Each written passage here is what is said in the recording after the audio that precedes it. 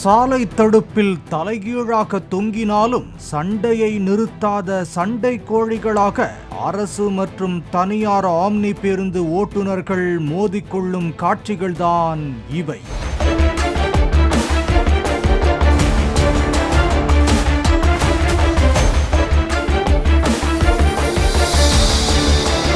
தருமபுரியில் இருந்து சேலம் நோக்கி அரசு பேருந்தும், பெங்களூருவில் இருந்து எர்ணாகுளம் நோக்கி தனியார் ஆம்னி பேருந்தும் இந்தியாவிலேயே அதிக விபத்து நடைபெறும் பகுதிகளில் ஒன்றான தருமபுரி மாவட்டம் தொப்பூர் கணவாய் பகுதியில் சென்று கொண்டிருந்தன.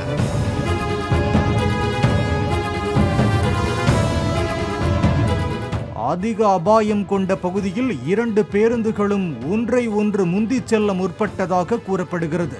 அதில் அரசு பேருந்துக்கு வழிவிடாததோடு உரசுவது போல ஆம்னி பேருந்து சென்றதாக சொல்லப்படுகிறது.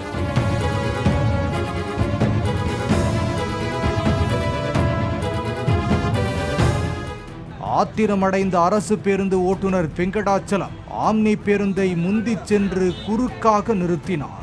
இதனால் 2 பேருந்துகளின் ஓட்டுநர்களும் கீழே இறங்கி வாக்குவாதம் செய்த போது பயணிகளும் கீழே இறங்கினர்.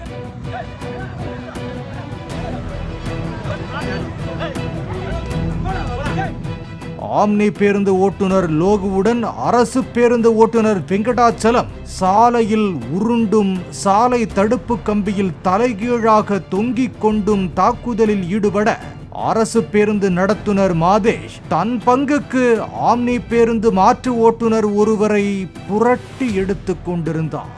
பயணிகளில் சிலர் இந்த சண்டையை விலக்கிவிட ஆத்திரக்கார பயணிகளில் சிலர் சண்டையில் இணைந்து ஒரு சில குத்துகளையும் விட்டனர்.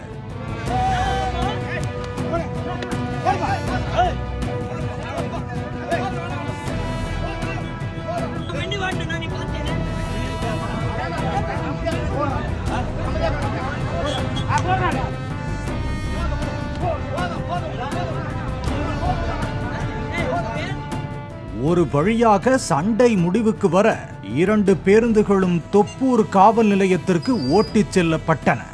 இதனையடுத்து இருதரப்பு புகாரில் போலீசார் வழக்கு பதிவு செய்து விசாரித்து வருகின்றனர்.